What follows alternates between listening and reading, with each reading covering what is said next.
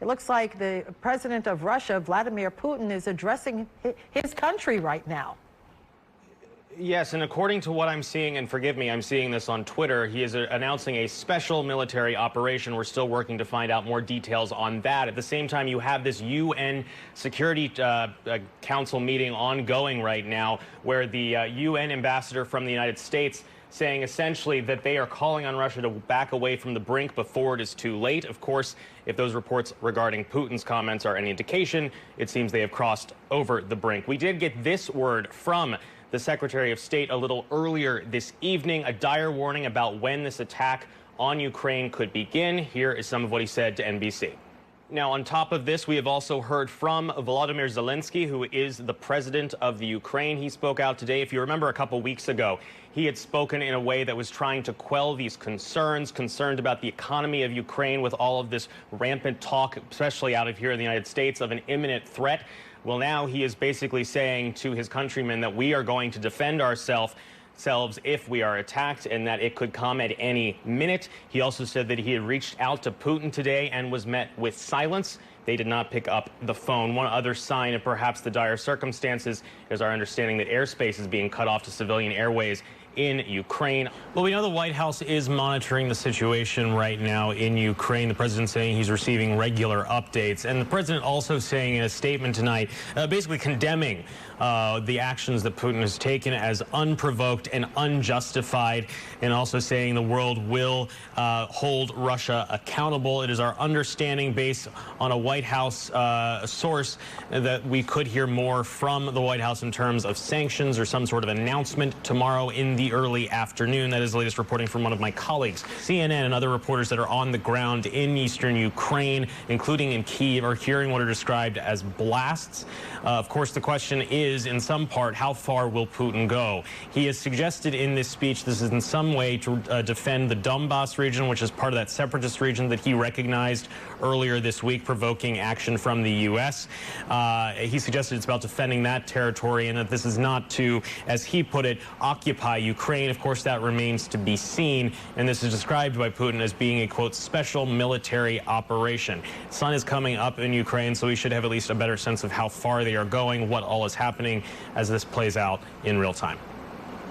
Yeah, and just before this happened, the president of Ukraine actually tried to reach out to Russian leaders. Am I correct?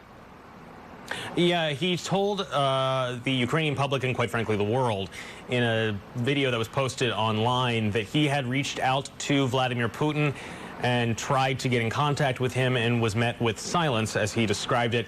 He also said that we will defend ourselves in response to any attack that does play out, such as what appears to be happening right now.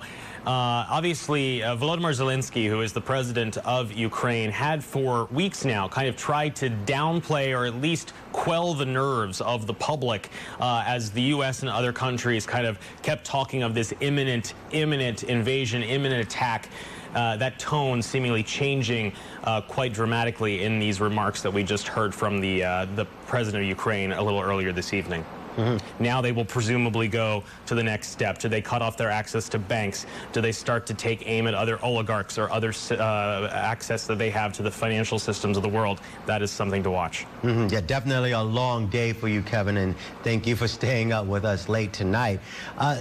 Let me ask you this question. In terms of New York lawmakers elected from our state who are down in Washington, they have a lot to say about this on both sides. Some criticizing the president, others supporting him.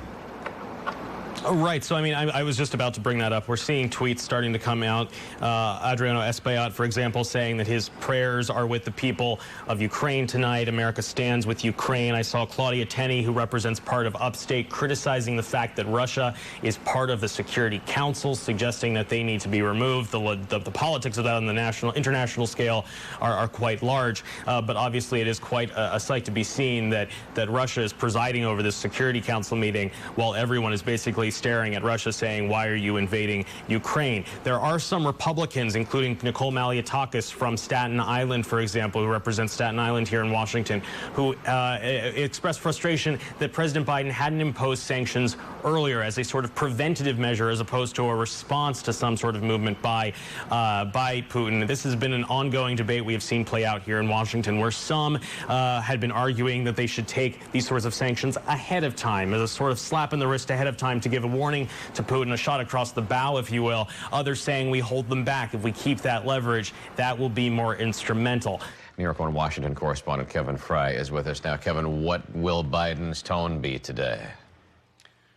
Yeah, we're expecting him to take, obviously, a very serious tone. Among other things, we are being told by a White House official here at Spectrum News that he will announce further consequences for this needless act of aggression. Obviously, this will come after his meeting with those G7 Western allies. In short, if all anticipations are that he'll be announcing some form additional round of sanctions. Obviously, what he announced the other day was seen as kind of the step one. At least that's how the White House has been portraying it, saying there is more in their hopper, more to come in coming days. Obviously, the president has been getting updates, according to the White House, throughout the night about what was going on in Ukraine. He did speak with Zelensky last night when Zelensky basically implored him, please get the international community to condemn these actions by Russia. Please continue to support us.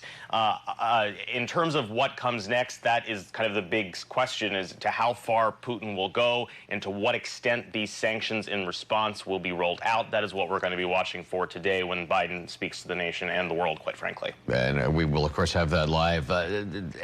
The European allies are saying that there has been nothing as serious as this since World War II. Ultimately, how involved will Biden get? Well, I mean, when it comes to NATO itself, the United States is obviously a pinnacle part of that, both from a financial standpoint and an operational standpoint. There are already U.S. troops on the ground in our NATO allies. But again, Biden continues to reiterate he has no intention of putting troops on the ground in Ukraine proper to put them in the line of fire. But there are allies within NATO, within the Western Alliance, including the Baltic states, that are obviously raising alarm bells at this point because they are right there on the border of Russia. And as Putin talks about this idea of reestablishing the Soviet Union, obviously they are very much concerned. And there is a statement from NATO this morning basically saying they're going to stand by this Article 5 agreement, which is essentially an attack on one is an attack on all. Kevin, we'll be back to you throughout the day. Thank you.